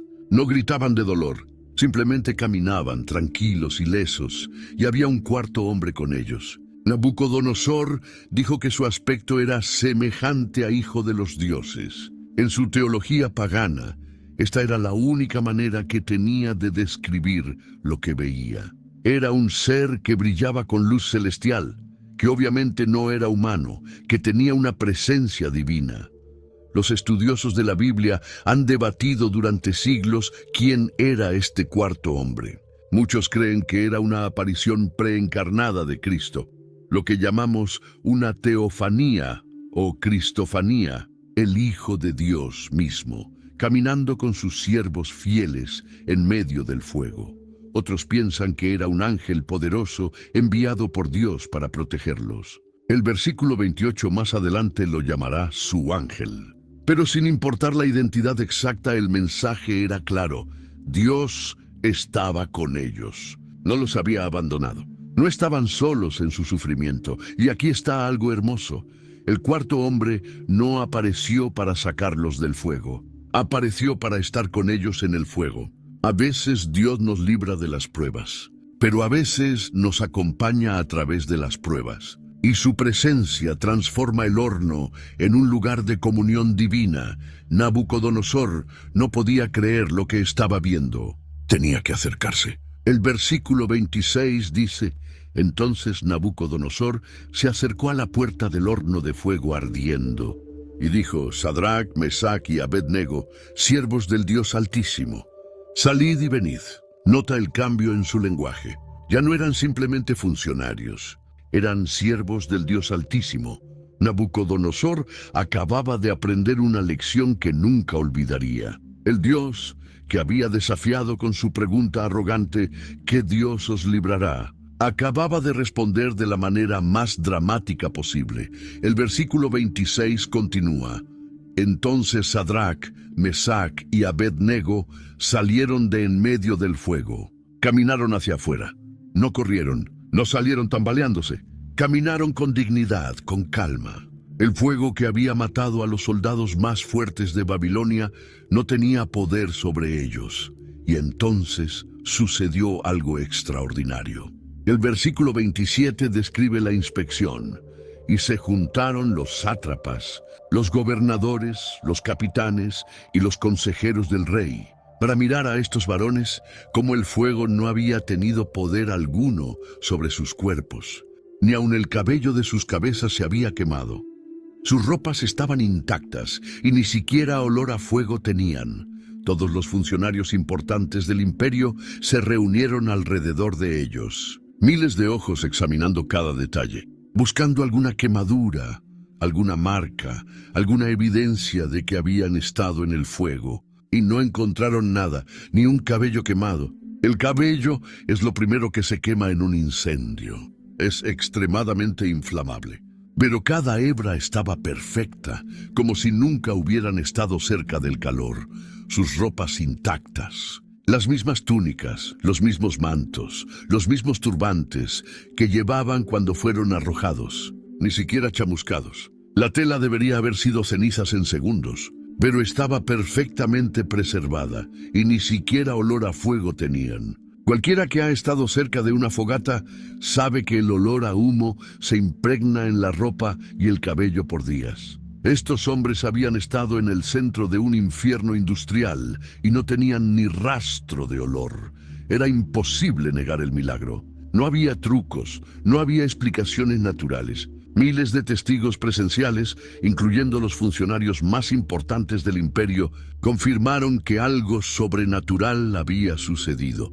El Dios que los acusadores dijeron que no podía librarlos, acababa de demostrar su poder delante de todo el mundo conocido. Y el mensaje era claro: no hay prueba, no hay amenaza, no hay poder terrenal que pueda separar a los fieles de su Dios. La respuesta de Nabucodonosor fue inmediata. El versículo 28 registra sus palabras. Entonces Nabucodonosor dijo: bendito sea el Dios de ellos, de Sadrach, Mesach y Abed-nego, que envió su ángel y libró a sus siervos que confiaron en él, y que no cumplieron el edicto del rey, y entregaron sus cuerpos antes que servir y adorar a otro Dios que su Dios. Bendijo al Dios de Israel públicamente. Reconoció que fue Dios quien envió al ángel para librarlos. Y nota algo importante: admitió que estos hombres habían desobedecido su decreto. Pero en lugar de verlo como traición, ahora lo veía como lealtad heroica a su Dios. Nabucodonosor reconoció que prefirieron morir antes que traicionar su fe. Entregaron sus cuerpos, significa que estuvieron dispuestos a sacrificar sus vidas. No fue testarudez ni rebeldía, fue devoción total. Pero Nabucodonosor no se detuvo en la alabanza. Emitió un nuevo decreto. El versículo 29 registra: por lo tanto, decreto que todo pueblo, nación o lengua que dijere blasfemia contra el Dios de Sadrach, Mesach y Abed-nego sea descuartizado y su casa convertida en muladar. Por cuanto no hay Dios que pueda librar como este, era el extremo opuesto de su decreto anterior. Antes, todos debían adorar la estatua de oro o morir. Ahora nadie podía hablar en contra del Dios de Israel o morirían. Nabucodonosor había pasado de la persecución a la protección. Y nota su razonamiento. No hay Dios que pueda librar como este. Su pregunta arrogante había sido respondida. Preguntó qué Dios podría librar de sus manos. Ahora sabía la respuesta. El Dios de Israel y solo Él. El versículo 30 cierra el capítulo. Entonces el rey engrandeció a Sadrac, Mesac y Abed-nego en la provincia de Babilonia. No solo fueron perdonados, fueron promovidos. Los hombres que habían enfrentado la muerte por su fe ahora tenían aún más autoridad e influencia en el imperio.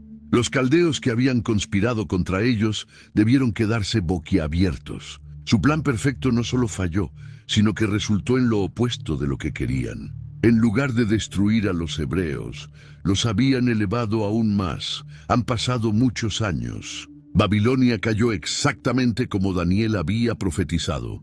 El imperio de oro fue conquistado por los medos y los persas, representados por la plata en la estatua del sueño de Nabucodonosor. Ahora un nuevo rey gobernaba, Darío el Medo, y Daniel, que había servido fielmente bajo varios reyes babilónicos, continuaba en una posición de autoridad bajo este nuevo gobierno. El capítulo 6 comienza mostrando cómo Darío organizó su imperio. El versículo 1 dice: pareció bien a Darío constituir sobre el reino 120 sátrapas que gobernasen en todo el reino. 120 gobernadores provinciales, cada uno responsable de una región del vasto imperio persa. Pero el versículo 2 muestra que había un nivel superior de administración. Y sobre ellos, 3 gobernadores, de los cuales Daniel era uno, a quienes estos sátrapas diesen cuenta, para que el reino fuese perjudicado. 3 hombres en la cima de la pirámide administrativa, y Daniel era uno de ellos. Para este momento, Daniel tenía más de 80 años. Había sobrevivido a imperios, a conspiraciones, a hornos de fuego. Era un anciano, pero su mente seguía siendo aguda como siempre. El versículo 3 revela algo especial sobre Daniel. Pero Daniel mismo era superior a estos sátrapas y gobernadores, porque había en él un espíritu superior, y el rey pensó en ponerlo sobre todo el reino. Había algo en Daniel que lo distinguía de todos los demás, un espíritu superior. No era arrogancia ni ambición política, era excelencia en todo lo que hacía, integridad absoluta, sabiduría que venía de décadas caminando con Dios. Y Darío lo había notado. Estaba considerando hacer a Daniel el primer ministro de todo el imperio, la segunda persona en autoridad después del rey mismo. Para un cautivo judío esto era extraordinario, pero para los funcionarios persas era intolerable. El versículo 4 describe lo que sucedió después. Entonces los gobernadores y sátrapas buscaban ocasión para acusar a Daniel en lo relacionado al reino, mas no podían hallar ocasión alguna o falta, porque él era fiel y ningún vicio ni falta fue hallado en él. Comenzaron a investigarlo. Revisaron sus registros financieros, sus decisiones administrativas, sus tratos con subordinados. Buscaban cualquier cosa: corrupción, negligencia, abuso de poder, errores en documentos. No encontraron nada. 0. Daniel era impecable en su trabajo. No aceptaba sobornos, no manipulaba números, no favorecía a amigos. Después de décadas en posiciones de poder, seguía siendo totalmente íntegro. Esto lo hacía único en el mundo de la política antigua, donde la corrupción era la norma. Los conspiradores se encontraban en un callejón sin salida. El versículo 5 registra su conclusión. Entonces dijeron aquellos hombres: no hallaremos contra este Daniel ocasión alguna para acusarle, si no la hallamos contra él en relación con la ley de su Dios. Solo había una área donde Daniel era vulnerable: su fe. Sabían que oraba regularmente, que seguía las costumbres judías, que nunca comprometía su devoción a Dios. así que decidieron convertir su mayor fortaleza en su debilidad. Si no podían atraparlo en los negocios del reino, lo atraparían en los negocios de su Dios. Los conspiradores necesitaban acceso directo al rey. El versículo 6 cuenta: entonces estos gobernadores y sátrapas se juntaron delante del rey. No fue una reunión individual. Llegaron en grupo, una delegación oficial. Había fuerza en los números. Si todos los líderes del imperio estaban de acuerdo en algo, el rey tendría que escuchar. Y el versículo 7 muestra cómo presentaron su propuesta. Todos los gobernadores del reino, magistrados, sátrapas, príncipes y capitanes, han acordado por consejo que promulgues un edicto real y lo confirmes, que cualquiera que en el espacio de 30 días demande petición de cualquier dios u hombre fuera de ti, oh rey, sea echado en el foso de los leones. Nota la mentira cuidadosamente tejida: todos los gobernadores del reino. No era verdad. Daniel era uno de los 3 gobernadores principales, y él ciertamente no había estado de acuerdo. Pero lo dejaron fuera de la reunión a propósito. Y Darío, nuevo en el trono, probablemente no conocía a todos sus funcionarios lo suficientemente bien como para notar la ausencia de Daniel. La propuesta sonaba razonable en la superficie. Solo 30 días. Un mes donde todas las oraciones y peticiones debían dirigirse exclusivamente al rey. Era una forma de consolidar lealtad, de unificar el imperio bajo un solo líder. En una cultura que adoraba a múltiples dioses, esto obligaría a todos a reconocer al rey como supremo. Y había un castigo específico. El versículo 7 lo detalla: sea echado en el foso de los leones. No era un foso cualquiera, era una caverna o cisterna profunda donde mantenían leones hambrientos para ejecuciones públicas. Era una muerte aterradora, diseñada para intimidar, pero la parte más importante de la trampa estaba en el versículo 8. Ahora, pues, oh rey, confirma el edicto y fírmalo, para que no pueda ser revocado conforme a la ley de Media y de Persia, la cual no puede ser abrogada. Aquí estaba el gancho. Una vez que el rey firmara, nadie podía cambiar la ley, ni siquiera el rey mismo. Era una peculiaridad del sistema legal medo-persa diseñada para prevenir que los reyes actuaran impulsivamente y luego se arrepintieran. Los conspiradores estaban usando esta ley para atrapar tanto a Daniel como al rey. Darío, halagado por la idea de ser el único receptor de oraciones durante un mes, cayó en la trampa. El versículo 9 registra: por tanto el rey Darío firmó el edicto y la prohibición. Estaba hecho. La ley era irrevocable, y el reloj comenzó a correr para Daniel. Daniel se enteró del decreto. El versículo 10 comienza: cuando Daniel supo que el edicto había sido firmado. No había forma de que no supiera. Era uno de los 3 gobernadores principales. Los documentos oficiales pasaban por sus manos. Sabía exactamente lo que significaba esta ley, y sabía exactamente quién la había orquestado y por qué. Tenía opciones. Podría haber orado en secreto durante 30 días. Podría haber cerrado las ventanas, bajado la voz, esperado a que pasara el mes. Nadie lo habría culpado. Seguiría siendo fiel a Dios, solo más discreto. O podría haber tomado unas vacaciones, salir de la ciudad por 30 días, evitar el problema completamente. Pero el versículo 10 muestra lo que Daniel hizo. Entró en su casa, y abiertas las ventanas de su cámara que daban hacia Jerusalén, se arrodillaba 3 veces al día y oraba y daba gracias delante de su Dios, como lo solía hacer antes. No cambió nada, absolutamente nada. Ventanas abiertas hacia Jerusalén. Era la costumbre judía orar mirando hacia la ciudad santa, el lugar donde había estado el templo. Aunque el templo había sido destruido décadas atrás, Daniel seguía orando hacia Jerusalén, esperando el día de la restauración, 3 veces al día.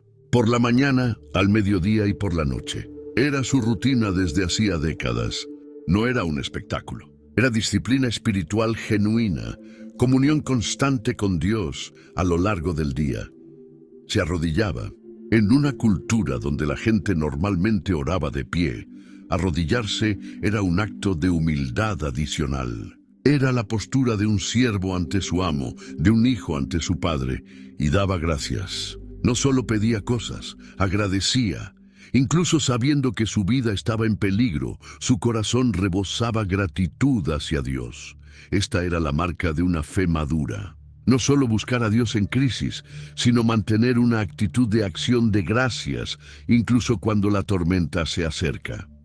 La frase "como lo solía hacer antes" es crucial. Daniel no estaba siendo rebelde, no estaba tratando de hacer una declaración política. Simplemente estaba siendo consistente. Su relación con Dios no dependía de las leyes humanas. Había orado de esta manera durante décadas y no iba a detenerse ahora. Para este momento, Daniel tenía probablemente más de 80 años. Había visto a reyes levantarse y caer. Había interpretado sueños, revelado misterios, sobrevivido conspiraciones. Había pasado toda su vida en exilio, sirviendo en gobiernos extranjeros, pero nunca había comprometido su fe. Y no iba a empezar ahora, en su vejez. Los conspiradores estaban vigilando. Probablemente tenían espías apostados cerca de la casa de Daniel, esperando el momento exacto. Y no tuvieron que esperar mucho. El versículo 11 dice: entonces se juntaron aquellos hombres y hallaron a Daniel orando y rogando en presencia de su Dios. Lo encontraron orando. La evidencia era irrefutable. No podía negar lo que había hecho. No había excusas. No había explicaciones alternativas. Daniel estaba claramente violando el decreto real, pero antes de acusar a Daniel, fueron astutos. El versículo 12 cuenta: fueron luego ante el rey y le hablaron del edicto real. ¿No has confirmado, edicto, que cualquiera que en el espacio de 30 días pida a cualquier dios u hombre fuera de ti, oh rey, sea echado en el foso de los leones? Respondió el rey diciendo: verdad es, conforme a la ley de Media y de Persia, la cual no puede ser abrogada. Primero, hicieron que el rey confirmara la ley. Querían que dijera en voz alta que la ley era válida y no podía cambiarse. Lo atraparon con sus propias palabras. Una vez que Darío confirmó que la ley era irrevocable, no había vuelta atrás. Entonces lanzaron la acusación. El versículo 3 se registra: entonces respondieron delante del rey: Daniel, que es de los hijos de los cautivos de Judá, no te respeta a ti, oh rey, ni acata el edicto que confirmaste, sino que 3 veces al día hace su petición. Nota cómo lo presentaron. Daniel, que es de los hijos de los cautivos de Judá. No dijeron tu gobernador principal o el hombre que ibas a promover. Lo presentaron como un extranjero, un cautivo, alguien que no pertenecía realmente al imperio. Era una forma sutil de xenofobia, pintándolo como un outsider que no respetaba las costumbres persas. No te respeta a ti, oh rey. Convirtieron un acto de devoción religiosa en un insulto personal contra el rey. No estaban diciendo violó el decreto. Estaban diciendo te está faltando al respeto a ti personalmente, sino que 3 veces al día hace su petición. Le estaban frotando en la cara la persistencia de Daniel. No fue una sola vez en un momento de debilidad, era 3 veces cada día. Era deliberado, público, desafiante. La reacción del rey fue inmediata. El versículo 14 dice: cuando el rey oyó el asunto, le pesó en gran manera y resolvió librar a Daniel. Y hasta la puesta del sol trabajó para librarlo. Le pesó en gran manera. Se dio cuenta de inmediato de que había sido manipulado. Esta ley no era sobre lealtad al imperio. Era una trampa para destruir a Daniel, y trabajó para librarlo. Durante horas, Darío buscó alguna escapatoria legal, alguna forma de salvar a Daniel sin violar la ley. Consultó con escribas, con expertos legales, con sus consejeros. Buscó precedentes, excepciones, cualquier cosa. Pero la ley era clara. Ningún decreto medo-persa podía ser revocado. El sol se estaba poniendo. Darío había agotado todas las opciones. Los conspiradores volvieron con el recordatorio cruel del versículo 15. Entonces aquellos hombres rodearon al rey y le dijeron: «Sepas, oh rey, que es ley de Media y de Persia, que ningún edicto u ordenanza que el rey confirme puede ser abrogado». No le dieron respiro. Presionaron hasta el final. Darío no tenía elección. El versículo 16 registra el momento terrible. Entonces el rey mandó y trajeron a Daniel y le echaron en el foso de los leones. Daniel fue arrestado y llevado al foso. Un hombre de más de 80 años que había servido fielmente a múltiples reyes, ahora era arrastrado a una ejecución horrible. Pero antes de que lo echaran, el rey le dijo algo. El versículo 16 continúa: «Y el rey dijo a Daniel: el Dios tuyo, a quien tú continuamente sirves, Él te libre». Era una expresión de esperanza desesperada. Darío había visto suficiente en Daniel para creer que su Dios era real y poderoso. Había escuchado las historias del horno de fuego, de los sueños interpretados, de décadas de fidelidad bendecida. Ahora ponía su esperanza en que ese mismo Dios hiciera otro milagro. Nota la frase: «a quien tú continuamente sirves». Darío reconocía la consistencia de Daniel. No era una fe de conveniencia. Era devoción constante, inquebrantable, a través de décadas y circunstancias cambiantes. Daniel fue echado al foso. Los leones estaban ahí, hambrientos, peligrosos. El versículo 17 describe lo que sucedió después. «Y fue traída una piedra y puesta sobre la puerta del foso, la cual selló el rey con su anillo y con el anillo de sus príncipes, para que el acuerdo acerca de Daniel no se alterase. Sellaron la entrada con piedra y con sellos reales». Nadie podía entrar a rescatar a Daniel sin romper los sellos, lo cual sería un crimen capital.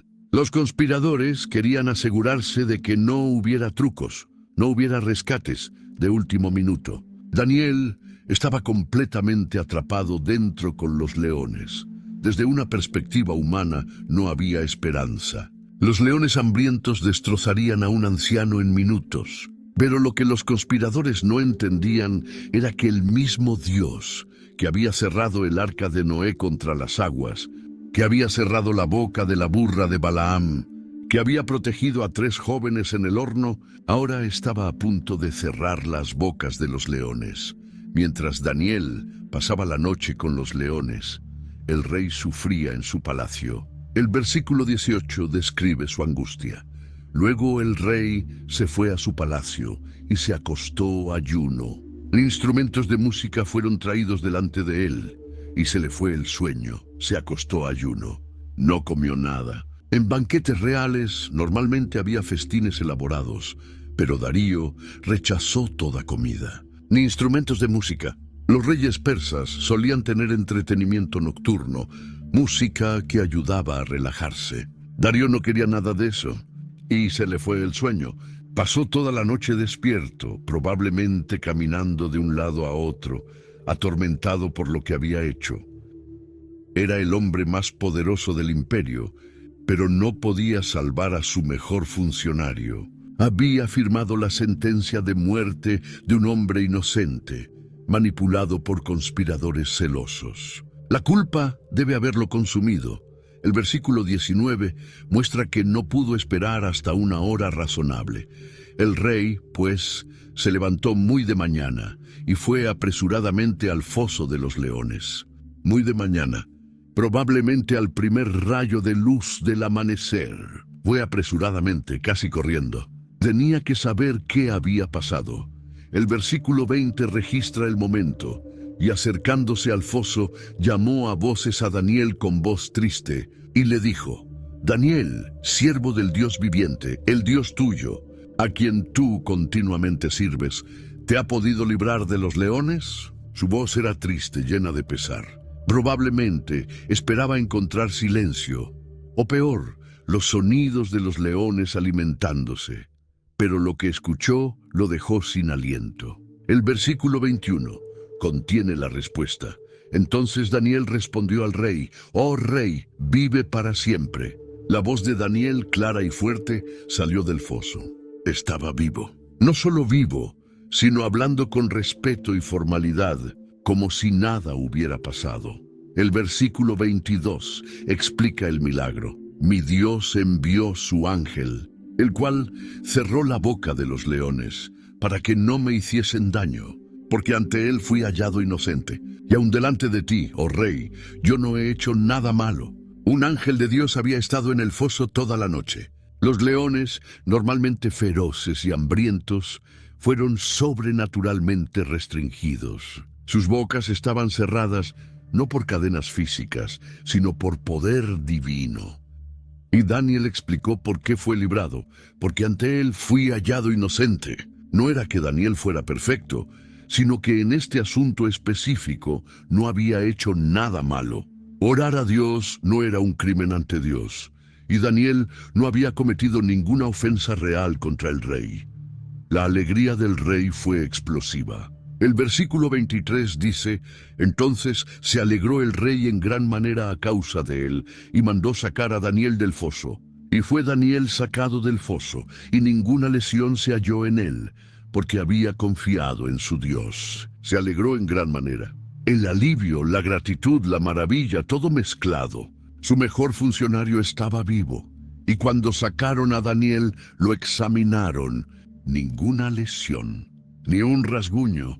Los leones no lo habían tocado, ni siquiera habían intentado atacarlo. Era como si Daniel hubiera pasado la noche en una habitación cómoda en lugar de una guarida de leones. La razón del milagro estaba clara, porque había confiado en su Dios. Esta era la lección. La fe en Dios, la confianza absoluta incluso cuando todo parece perdido, es lo que abre el camino para lo sobrenatural. Pero la historia no terminó con la liberación de Daniel. El versículo 24 registra lo que le sucedió a los conspiradores. Y dio orden el rey. Y fueron traídos aquellos hombres que habían acusado a Daniel. Y fueron echados en el foso de los leones ellos, sus hijos y sus mujeres. Y aún no habían llegado al fondo del foso, cuando los leones se apoderaron de ellos y quebraron todos sus huesos. La justicia del rey fue rápida y terrible. Los mismos hombres que habían conspirado contra Daniel fueron echados al mismo foso. Y no solo ellos, sino sus familias completas. Esta era la ley persa. Cuando alguien cometía traición, toda su casa pagaba el precio. Y nota el detalle horrible. Aún no habían llegado al fondo del foso cuando los leones se apoderaron de ellos. Los leones no esperaron. Saltaron sobre los conspiradores mientras caían. Quebraron todos sus huesos. Fue brutal, instantáneo, completo. Este detalle era crucial. Demostraba que los leones estaban hambrientos y peligrosos. No habían dejado a Daniel en paz porque estaban domesticados o enfermos. Estaban perfectamente capaces de matar. La única razón por la que Daniel sobrevivió fue intervención divina directa. Después de este milagro, Darío hizo lo que Nabucodonosor había hecho antes. El versículo 25 registra su decreto. Entonces el rey Darío escribió a todos los pueblos, naciones y lenguas que habitan en toda la tierra: paz os sea multiplicada. Era un decreto universal, enviado a cada rincón del imperio. Los versículos 26 y 27 contienen su proclamación. De parte mía es puesta esta ordenanza: que en todo el dominio de mi reino todos teman y tiemblen ante la presencia del Dios de Daniel. Porque Él es el Dios viviente y permanece por todos los siglos, y su reino no será jamás destruido, y su dominio perdurará hasta el fin. Él salva y libra, y hace señales y maravillas en el cielo y en la tierra. Él ha librado a Daniel del poder de los leones. Darío reconoció que el Dios de Daniel era diferente. No era un ídolo de piedra. Era el Dios viviente, el que actúa, el que salva. Y su reino es eterno, exactamente como Daniel había profetizado décadas atrás, cuando interpretó el sueño de la estatua. El versículo 28 cierra esta historia. Y este mismo Daniel prosperó durante el reinado de Darío y durante el reinado de Ciro el persa. Daniel continuó sirviendo fielmente. Sobrevivió otro cambio de gobierno del reinado de Darío al de Ciro. Su carrera en servicio gubernamental abarcó todo el imperio babilónico y continuó en el imperio persa.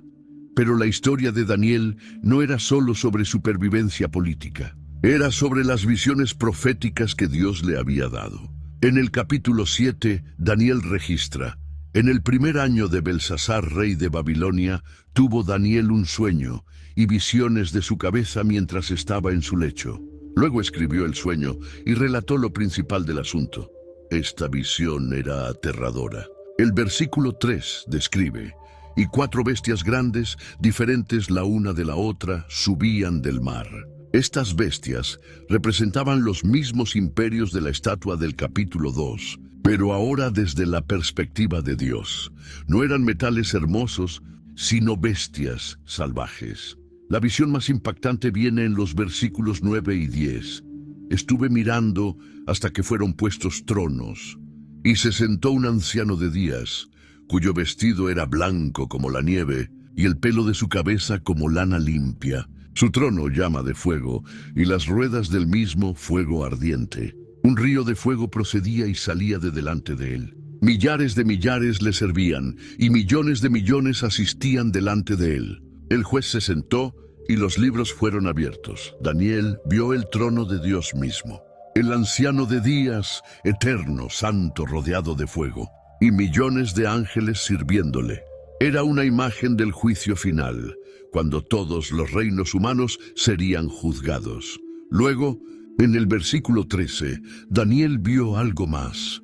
Miraba yo en la visión de la noche, y he aquí con las nubes del cielo venía uno como un hijo de hombre, que vino hasta el anciano de días, y le hicieron acercarse delante de él, el Hijo del Hombre viniendo en las nubes. Esta era una profecía mesiánica apuntando a Cristo. El versículo 14 describe lo que sucedió. Y le fue dado dominio, gloria y reino, para que todos los pueblos, naciones y lenguas le sirvieran. Su dominio es dominio eterno, que nunca pasará, y su reino uno que no será destruido. El reino eterno que la piedra sin manos había establecido. Daniel también recibió la profecía de las 70 semanas en el capítulo 9, después de orar por su pueblo. El versículo 24 dice: 70 semanas están determinadas sobre tu pueblo y sobre tu santa ciudad para terminar la prevaricación y poner fin al pecado y expiar la iniquidad, para traer la justicia perdurable y sellar la visión y la profecía y ungir al Santo de los Santos. Estas profecías eran tan precisas que calculaban el tiempo exacto hasta la venida del Mesías. Y al final de su vida, Daniel recibió instrucciones finales. En el capítulo 12, versículo 4, el ángel le dijo: pero tú, Daniel, cierra las palabras y sella el libro hasta el tiempo del fin. Muchos correrán de aquí para allá, y la ciencia se aumentará. Las profecías estaban selladas hasta el tiempo del fin. Y Daniel, en el versículo 13, recibió esta promesa: y tú irás hasta el fin y reposarás, y te levantarás para recibir tu heredad al fin de los días. Daniel descansaría en muerte, pero se levantaría en la resurrección para recibir su recompensa eterna. Si este video te impactó, si la historia de Daniel despertó algo en tu corazón, te invito a que te suscribas al canal y actives la campanita para no perderte las próximas historias bíblicas que cambiarán tu vida. Comparte este video con alguien que necesite escuchar sobre la fidelidad de Dios y el poder de una fe inquebrantable. Déjame en los comentarios: ¿cuál fue la parte de la historia de Daniel que más te impactó? ¿El horno de fuego? ¿El foso de los leones? ¿Las visiones proféticas? Recuerda, el mismo Dios que estuvo con Daniel está contigo hoy. Y Él sigue siendo el Dios de los imposibles. Nos vemos en el próximo video. Que Dios te bendiga.